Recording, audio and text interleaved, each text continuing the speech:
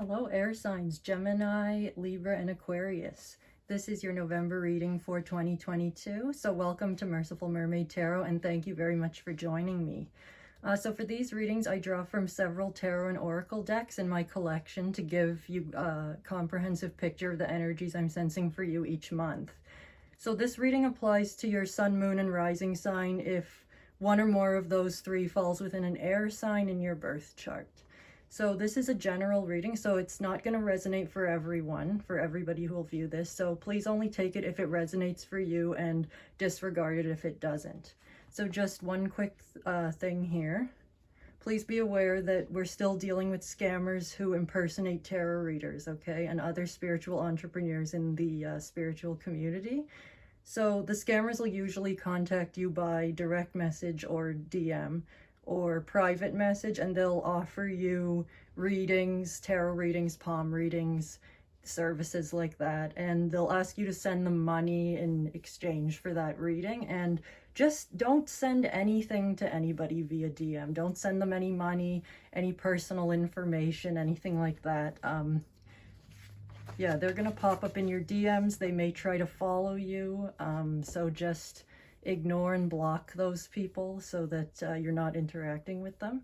So the thing is, so legitimate self-respecting tarot readers will never try to offer you their reading services by DM, or they're not going to show up in your comments or, you know, harass you in any way to try and give you a reading, okay? We don't operate that way.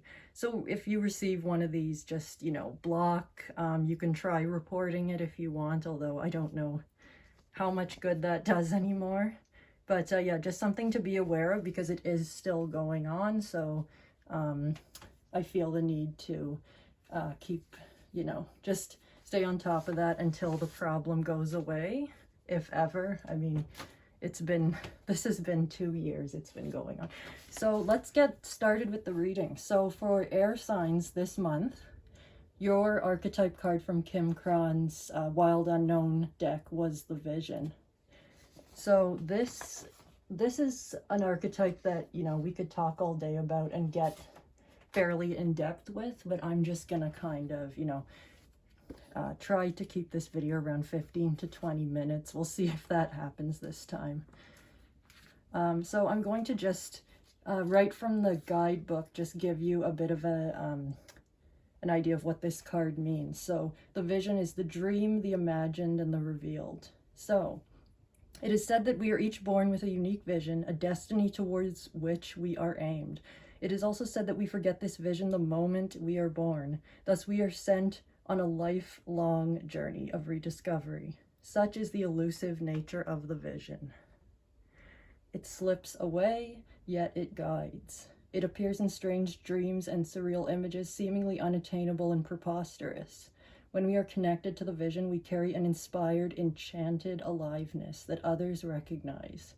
We trust the world and its synchronicities. We walk through new doors into wondrous opportunities. So it's also saying here that, just to summarize, that, you know, we feel that palpable sort of that energy when we're around somebody who is aligned with their vision.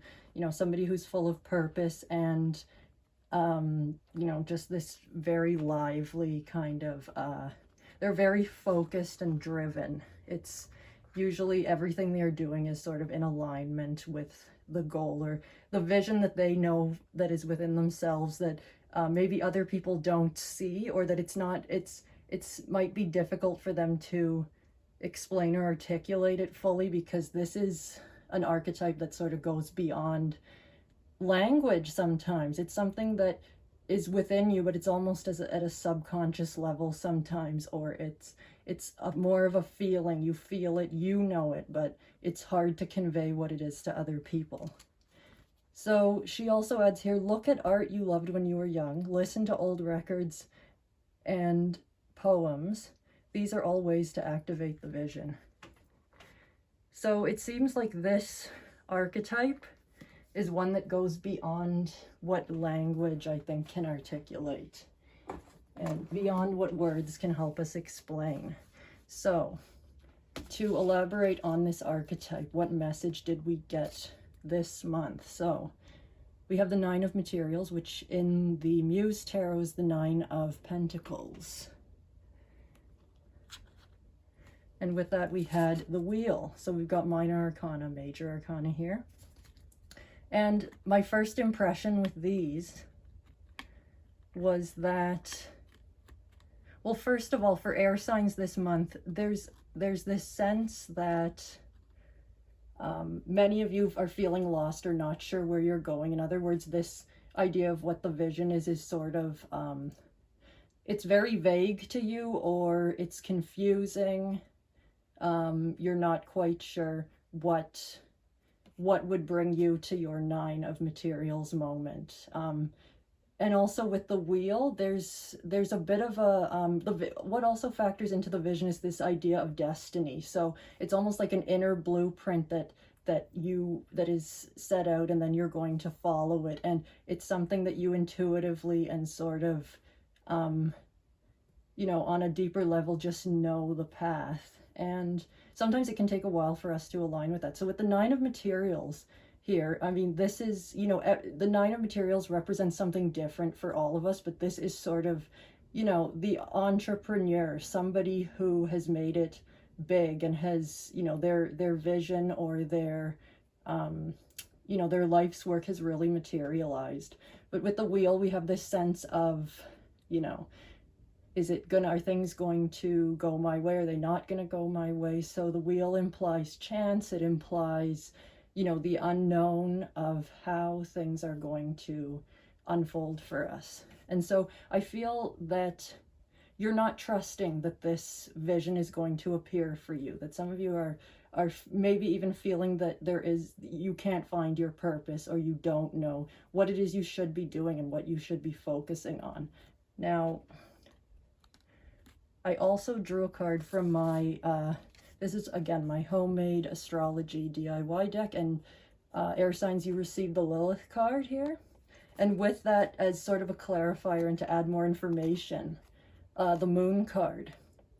So what I'm getting here with these two is, that's an interesting sort of combination, because we can take the Moon card in two ways. We could take that as the moon in the sense of astrology and what that means, or we can take the Moon card as in the meanings we normally attribute to it in tarot, right? So in your chart, and this is, I consulted Cafe Astrology for this because I didn't know a whole lot about Lilith, other than that it's, and I think Lilith and Dark Moon Lilith are different. I don't know enough to elaborate fully at this time, but going by sticking with just the Lilith definition. So Lilith in your chart is where, depending on the sign, house, or aspect that it's in, you know, it's where you may have felt ashamed, ridiculed, stifled, deeply misunderstood, or repressed in some way, okay? So for whatever reason, you're afraid to express these traits or parts of yourself, parts of your personality freely, and you're just not comfortable. It's a deep source of shame. And when you see other people who are able to express those traits freely, that makes you uncomfortable. So if you're a person, for example, who you know, really struggles with anger, and internally you experience the suppression of, you know, your autonomy, you know, maybe you have a sassy side to you, but, you know, every time you tried to express that, you were told, you know, just put a sock in it. We don't want to hear it, or that's not how you should behave. And so there's that part of you is repressed, the part of you that can be assertive. And so when you see other people who stand up and speak up, and you know, they're not afraid to, you know, be blunt and tell people, you know, to, you know, go kick rocks or whatever. That's putting it politely, obviously, but you know, it bothers you, and maybe you feel angry, and you find yourself saying, oh, they shouldn't be doing that, and it's because you have not been allowed to do that. And so with Lilith, we go through this cycle where we repress something and deny it. yet you always feel the need for it and the desire to express it. Then when you finally do hit this point where you express it, you overdo it, and then you get punished for it, or people don't react quite so well because it's, you know, the lid has burst off the pot, it's boiling over. And so then you end up feeling guilty and terrible about it, and you repress it again. You put it away because it's too much. It's unbearable.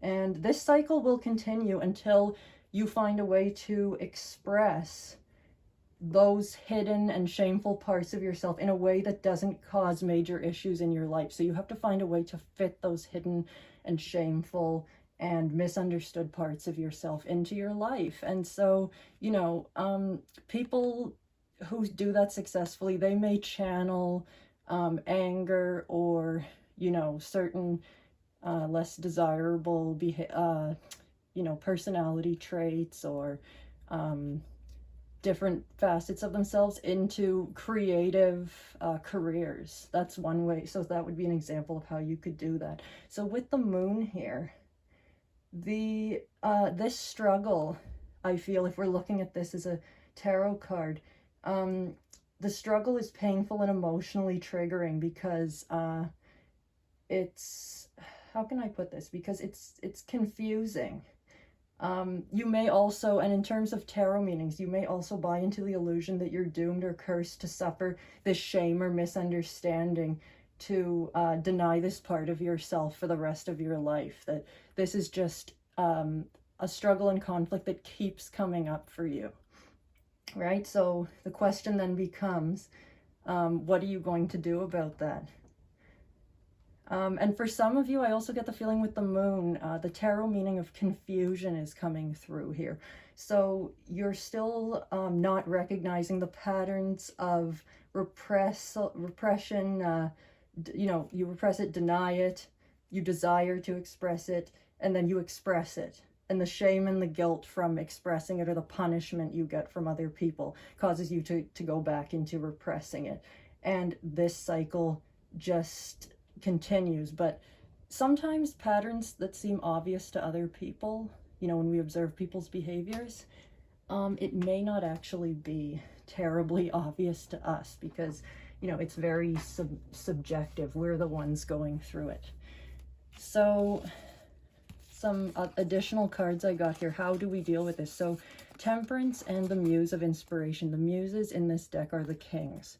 So what I am seeing with these two is with Temperance, we have to find sort of a way to make both of these things work for us. So the parts of us that we accept and that people, the people around us accept and give us praise for, and then the parts of us that this Lilith speaks to that are not working so well, that we're having trouble integrating, or maybe not even recognizing, or some of us may know they're there and we don't know how to integrate them. We feel this pull and desire for these parts of, it's almost like our shadow aspects.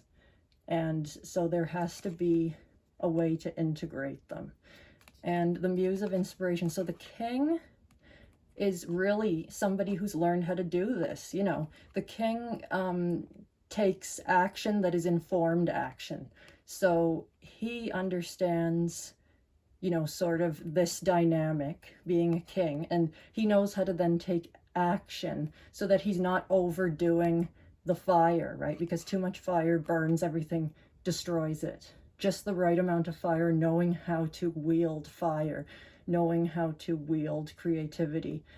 It makes sure that people don't become overwhelmed by your approach to expressing these parts of yourself, and that you don't become overwhelmed and, you know, feel that shame that comes with knowing that maybe you've gone too far, or that the way it's expressed begins to create other problems in your life. Like Lilith in excess could be, for example, addiction, or you know, other ways that we don't treat ourselves very well. So Temperance here says find the balance, and Temperance is, I would say, one of the more difficult things to achieve. It may be a lifelong process. of knowing how that works. And because I think how this ties into the vision is part of what you came here to do, and part of your purpose has to do with figuring all of this out, right? You're going to have to find a way. Part of something that you repress or deny, or that you've been shamed for, you've been told you can't be that, or you can't have or do that. That is the key, I feel, almost, that when you start digging into that. See this light? It's like this light at the base of the mountain there that is glowing, and it's sort of, that's the spot where you need to go in and put a light in that dark, into that dark sort of shameful, hidden Lilith theme, whatever that is for you. And that's going to be different for all of you. And so if I were to go into just one or two or a couple of messages about exactly what that is, I don't believe that anyone can necessarily tell you what that is. Maybe we could get some clues, but I think that would be different for all of you. And I think the struggle is part of finding it and having it emerge at the time when it's supposed to. So these reads, I was not expecting them to be this intense, but here we are. So your question for the month was, what is at the root of constant conflict in a relationship I value? So we're switching gears a little bit here with this question. So interesting, we got the 7th house of relationships, one-to-one romantic relationships, marriages, and business partners, as well as enemies. This again is from my homemade deck. So I just wanted some cards about, okay, what, if this involves yourself and another person, being about relationships. We have these two signs here, and I'm not sure how well these will show up. I'll try to hold them in such a way that you can. We have Cancer, the crab there, and then we have Gemini. So you have the two bucks there, I believe. So what's going on here is, because this is a reading for the air signs, you may be the Gemini in this situation, although that doesn't have to be. And you could be dealing with a Cancer, although that doesn't necessarily have to be the case. And the two cards I got to sort of help dig into this more. So we have the 9 of Voices, which is the 9 of Swords, and the Priestess. So whoever you are dealing with, especially being a Cancer, this makes sense to me. And you know, I'm not picking on my own sign group here. I am a, you know, a Cancer moon and rising. And yeah, we do tend to be cautious and worry, and we can get into our heads, and not so much our heads, but our emotions, which then leads to trying to decipher those emotions, whether they're valid or not, and give them meaning. So we have the 9, this is the 9 of Swords, which as we know is worries, you know, sleeplessness, being extremely disturbed in our mind and unable to, you know, maybe we're overthinking and our mind is racing with, you know, making this, a lot of this is stuff that's not, probably not actually happening, or is not as bad as we think it is, but we're blowing it out of proportion. And with the Priestess, what is happening here is, I think, and this is a very interesting combination, if we have a Gemini person with a Cancer person, that could be a very difficult partnership if that's the case. But this may also just be drawing attention to the fact that you and your person may have a lot of difficulties, or very hard, you know, sort of the way your charts, the planets fall in your charts, your placements perhaps are not highly compatible with each other, or there's a lot of, if you were to look at a I don't know if it's a synastry chart, but where they combine the placements from two people's charts, you'd find that there's probably a lot of very difficult aspects. I don't know if there'd be squares and things like that. And there's a lot to work through, in other words. There's a lot here. And what's showing up at the moment is the fact that your Cancer partner, or your partner, is more prone to worry, definitely, than you are.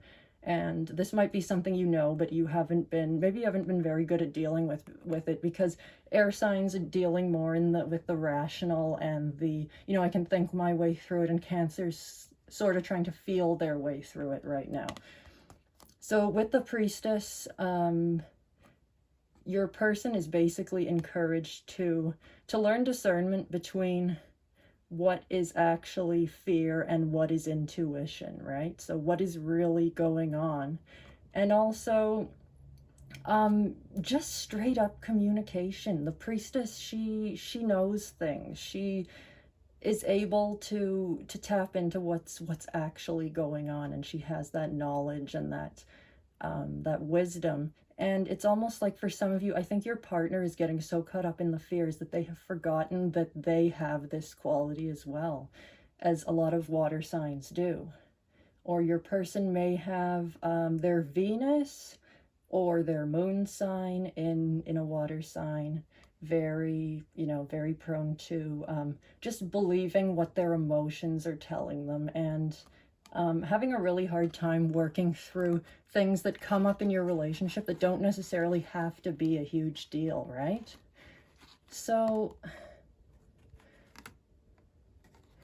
that's it for the particular question there.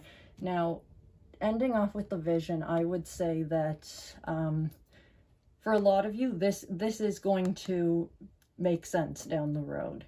It's going to take time, and it's frustrating. This is almost like, we're brought here with a mission, let's say, or a direction that we feel we need to go in, but we're not sure exactly what that looks like. Maybe, someone might say to you, well, what do you want to do? What are your interests? And you say, no, but, I look at all of that and it's still not right.